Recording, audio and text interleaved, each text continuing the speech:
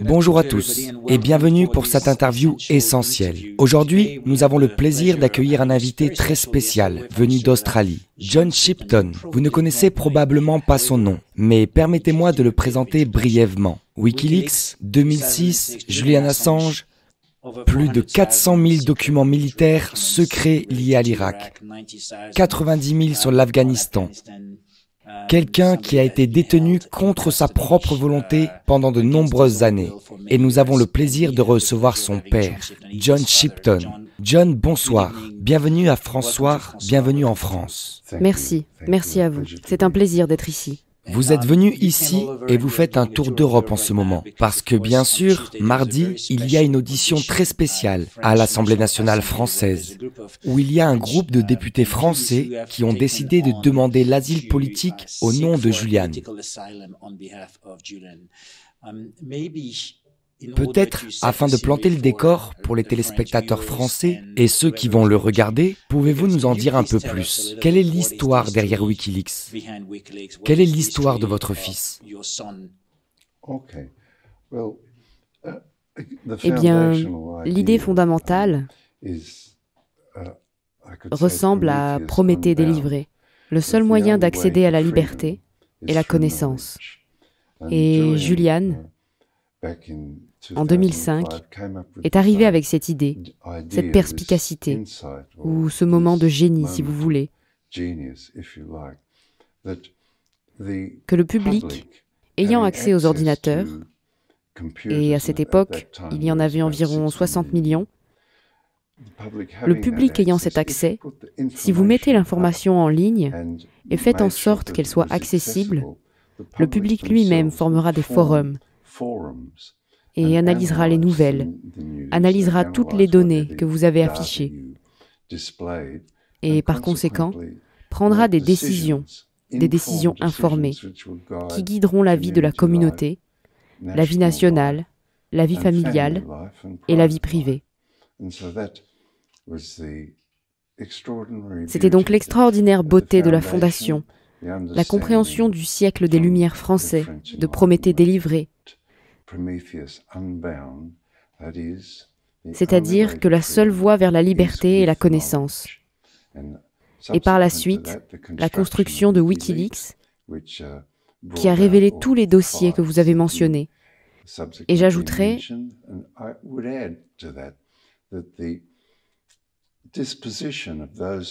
que la diffusion de ces idées sur une période de 2 ou 3 ans s'est accélérée dans les sociétés occidentales,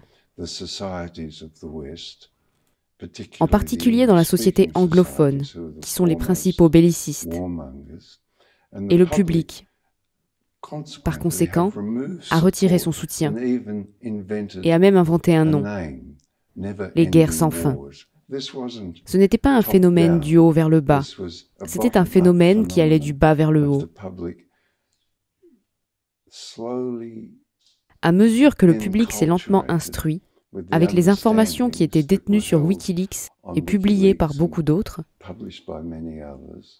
environ 100 partenaires de publication, tout cela s'est lentement infiltré dans la conscience d'un vaste public. Et le soutien à l'Afghanistan a été supprimé. En conséquence, les États-Unis ont décidé de retirer leurs troupes d'Afghanistan. De même, en Irak, les États-Unis ont constaté qu'il n'y avait pas de soutien pour leur destruction de l'Irak et ont dû retirer leurs troupes. Et Guantanamo Bay, qui est un délit contre nature, il y a encore 80 personnes là-bas. Il y avait 800 prisonniers à l'origine. Et certains d'entre eux étaient des enfants. C'est sur le point d'être fermé. C'est donc une histoire qui s'étale sur 10 ans. Le phénomène de Wikileaks, l'idée fondamentale que la liberté ne vient qu'avec la connaissance, et la connaissance peut venir en fonction de la manière dont elle est tenue. La connaissance est dans les données, et dans la façon dont elle est détenue par Wikileaks et beaucoup d'autres publications, et sans l'ombre d'un doute, comme François. Merci beaucoup pour ça. La connaissance, pour Julian est la liberté. Pour beaucoup de gens, la connaissance est le pouvoir. Nous avons vu la suppression ou la tentative de suppression d'un certain nombre de récits, en particulier dans le monde anglo-saxon, et le monde anglo-saxon qui essaye d'empêcher la vérité de sortir. Alors, quel est l'équilibre? Eh bien, vous savez, le monde anglo-saxon a répondu en traquant Julian pour ses idées, avec sa méchanceté la plus sauvage, avec une utilisation scandaleuse et sans scrupule de mensonges et de calomnies, des coups montés, des conspirations entre l'autorité de poursuite suédoise et le service de poursuite terrestre, un traitement malveillant de Julian dans les procès les uns après les autres. Je pense qu'il y a eu 11 procès. Au total, Julian s'est battu 12 ans. Le rapport du groupe de travail des Nations Unies sur la détention arbitraire, qui a déterminé que Julian était détenu de manière arbitraire, a été ignoré et tourné en dérision. Ils ont fait un autre rapport en février 2018. Encore une fois, ce rapport a été tourné en dérision. Par la suite, le professeur Niels Melsner, professeur de droit international à l'université de Glasgow, a publié un rapport indiquant que Julian a été torturé psychologiquement pendant 10 ans et a qualifié cette situation de meurtre lent sous nos yeux.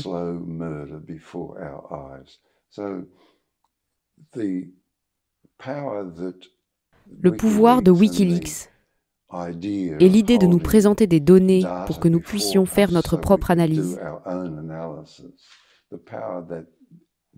le pouvoir que cela nous a donné a été sauvagement combattu par ceux qui voulaient garder des secrets et par conséquent se lancer dans des crimes contre l'humanité, ce qu'il y a énormément eu au cours des 10 dernières années. Si je peux me permettre d'ajouter cela, les grandes contributions des peuples du monde après la catastrophe de la Seconde Guerre mondiale, la Déclaration universelle des droits de l'homme en 1948, la Déclaration des Nations unies,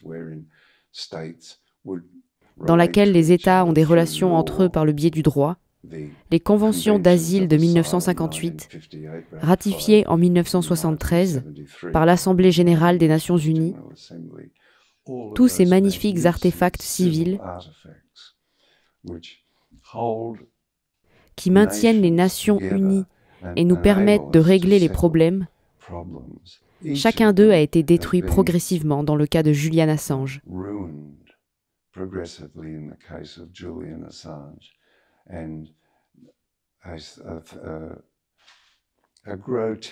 Et un monstre grotesque a été mis à leur place. Un ordre basé sur des règles, où celui qui a le plus de pouvoir le jour même établit une règle.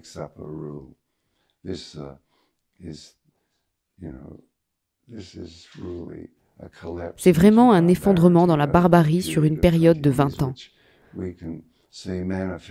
que nous pouvons voir se manifester dans la façon dont les États-nations de l'Occident répondent aux populations, en particulier mon pays, l'Australie, répondant actuellement à ceux qui souhaitent remettre en question la politique actuelle sur les vaccins ou autres. Vraiment, il n'est pas nécessaire que ce soit les vaccins. Mais si vous remettez en question la politique du gouvernement, la réponse est sévère et dangereuse. Donc, d'un côté, la connaissance c'est le pouvoir, de l'autre, c'est l'intelligence collective. Julian a beaucoup d'adeptes dans le monde entier. Il a été l'un des premiers, je dirais, lanceurs d'alerte. Évidemment, il est actuellement détenu. Pourquoi êtes-vous en France aujourd'hui ? Sur une période de quelques années, les parlementaires concernés. Encore une fois, c'est une beauté du système parlementaire.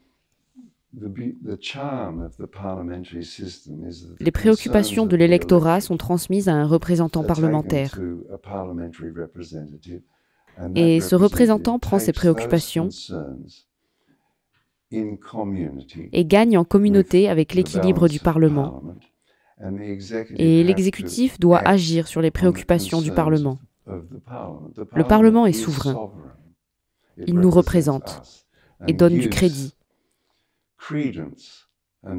Et un mandat au gouvernement qui peut supprimer ce mandat.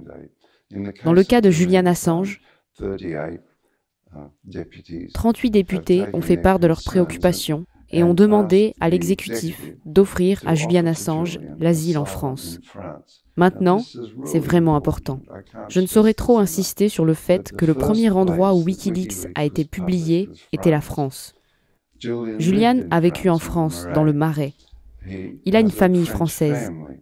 Wikileaks a été enregistré en France. Wikileaks a subi sa première affaire judiciaire pour publication en France. Lorsque Julian a été arrêté au Royaume-Uni, à Londres, il était sur le chemin du retour vers la France, parce que le Marais était sa maison, avec sa famille française.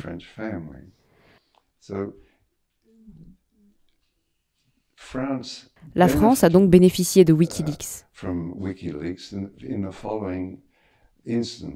Et dans les cas suivants, les révélations du président de la France, son téléphone a été mis sur écoute par la branche de la CIA américaine ou la NSA, ou l'une de ses agences.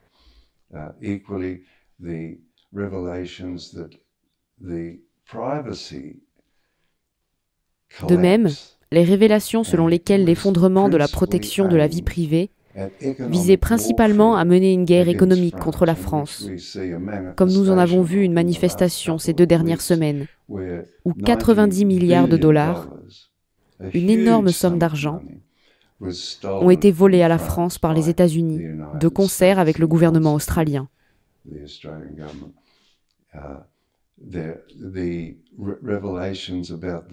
Les révélations sur la Banque centrale européenne, la BCE, ont permis aux Français de connaître les rouages de la BCE et de savoir comment ils seront influencés par les États-Unis,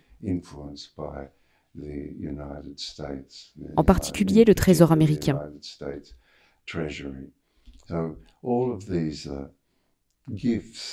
Tous ces cadeaux que Wikileaks et Julian ont faits proviennent du travail qu'il a fait à l'origine, en vivant en France avec sa famille française. Il est donc important de comprendre que tout commence en France et se déplace en Europe, car il s'agit d'une publication européenne. Le Guardian, le Spiegel, Le Monde, Libération et El País en Espagne. Donc les États-Unis ont tenté de détruire, d'opprimer et d'intimider ces publications.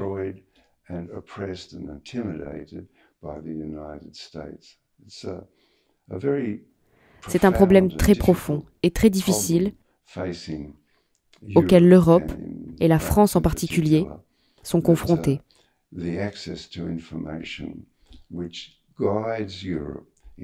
L'accès à l'information qui guide l'Europe dans sa prise de décision, guide l'Europe dans sa politique, tente d'être réprimé et supprimé entièrement par les États-Unis.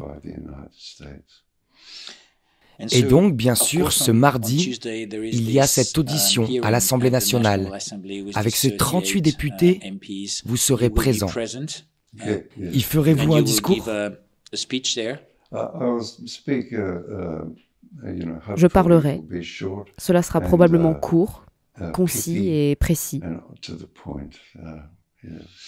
Donc, vous avez été en contact avec ces députés. Bien sûr, comme vous l'avez mentionné, la France a des circonstances particulières, ou du moins dans la relation qu'elle a avec Wikileaks et Julian Assange par rapport à son histoire.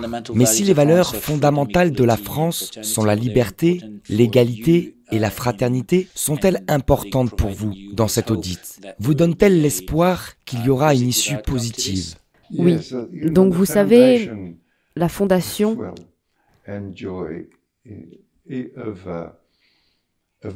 la joie des nouveaux pays comme le mien, il n'a que 200 ans, qui est en fait la même pour les États-Unis, en fait pour tous les peuples occidentaux, est liée à la Révolution française et ses symboles, la fraternité, l'égalité.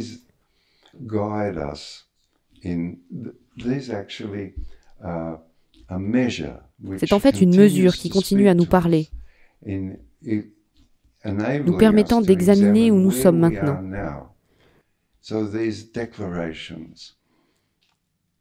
Ainsi, ces déclarations qui sous-tendent la Révolution française sont une mesure par rapport à tout ce que nous faisons.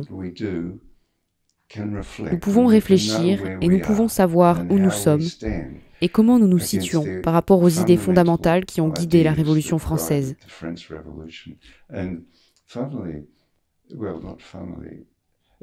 Il semble à nouveau que la France dirige l'Ouest, hors du bourbier de la répression avec son succès. On ne dirait pas pour beaucoup de gens, mais pour moi et pour beaucoup d'autres, les Gilets jaunes ont réussi. Une grande partie de leurs objectifs, une grande partie de ce que le gouvernement français avait l'intention de faire, a été stoppée par les activités des Gilets jaunes. Et je ne dis pas ça à la légère, car je comprends que 11 personnes sont mortes et que beaucoup ont perdu la vue. Mais je pense que si je pouvais répéter, il semble que les énergies en France se relèvent pour donner l'exemple au peuple de l'Ouest, pour nous mesurer à la fraternité originelle et à l'égalité qui sous-tendent la Révolution française. C'est vraiment important. Et donc, si nous parlons de Julian, concernant son état de santé, quelles sont ses conditions de détention actuelles? Si je peux dire, c'est odieux. Vous savez, Julian et Stella ont fait une demande de mariage. Ils ont 2 enfants. C'est bon, ils ont mis leur affaire en ordre. Le gouvernement de la prison a refusé. Le ministère de la Justice du Royaume-Uni a refusé. Alors les avocats de Julian et de Stella les ont traînés en justice. Ce n'est qu'à la dernière minute, 24 heures à peine, qu'ils ont eu le temps de signer les papiers au ministère de la Justice, au directeur de la prison, qu'ils se sont rendus et ont dit « Oh, désolé, oui, vous pouvez vous marier ». C'est un autre exemple de cette méchanceté sauvage de ces gens. Ils ne peuvent pas s'arrêter. Ils sont montés sur une sorte de colline, d'où ils ont pensé à une autre attaque malveillante contre Julian Assange.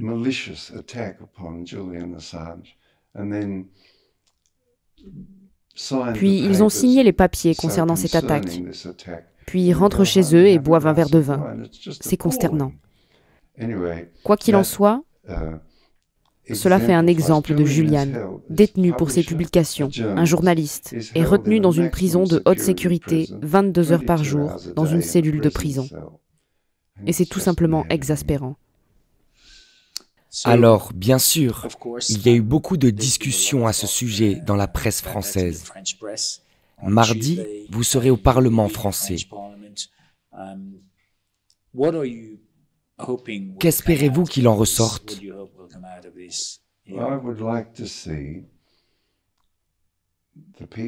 J'aimerais que le peuple français offre l'asile à Julian Assange et à sa famille. C'est ce que j'aimerais voir. Ce serait une action honorable de la France et un exemple pour le monde occidental, car la France continue d'être, à bien des égards, un exemple pour le reste du monde occidental. Avez-vous été en contact avec l'équipe du président Macron ou avec les autorités françaises? Non, non. Mon travail consiste à défendre les intérêts de Julian. Je pense qu'il est préférable que je ne rencontre pas de politiciens, et je n'en ai rencontré aucun au cours de mes voyages à travers le monde. Je pense qu'il est préférable de ne pas en rencontrer, juste de mettre en place du mieux que je peux les réponses aux circonstances dans lesquelles un politicien peut agir. Aussi, en ce qui concerne Julian Assange ou Wikileaks, c'est une vague de soutien. Il n'y a pas de faiseur de pluie dans tout ça. C'est une vague de soutien de notre part, de la part des gens du monde entier, qui a motivé les parlementaires et les politiciens à agir sur cette question. Bien sûr, derrière Wikileaks, il y a un certain nombre d'autres personnes qui ont été impliquées. L'analyste Chelsea Manning, son ami Craig Murray. Ils ont eu des chances différentes, car bien sûr, l'un d'entre eux a été condamné. L'autre a été mis de côté en Écosse. Avez-vous quelque chose à dire pour eux? Parce qu'ils ont aussi été instrumentalisés d'une manière ou d'une autre.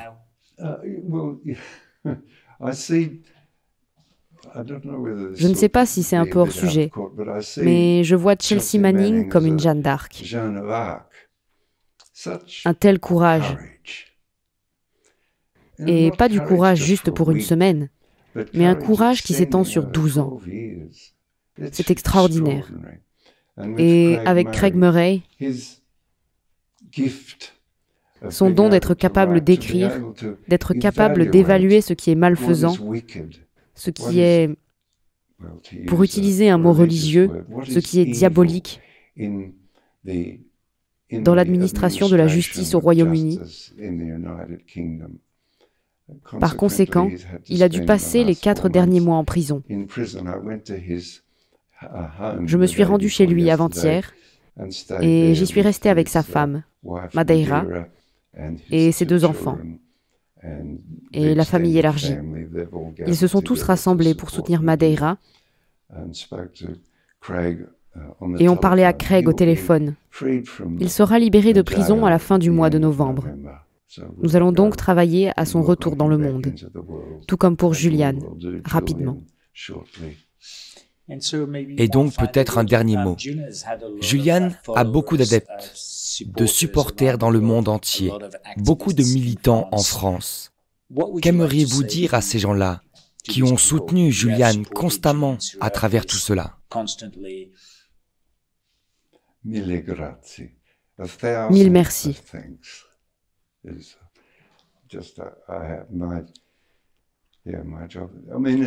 C'est nous qui sommes le changement.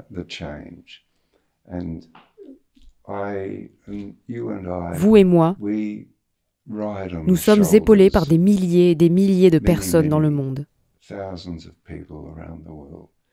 Et donc ce cadeau pour nous, nous le reconnaissons en disant merci.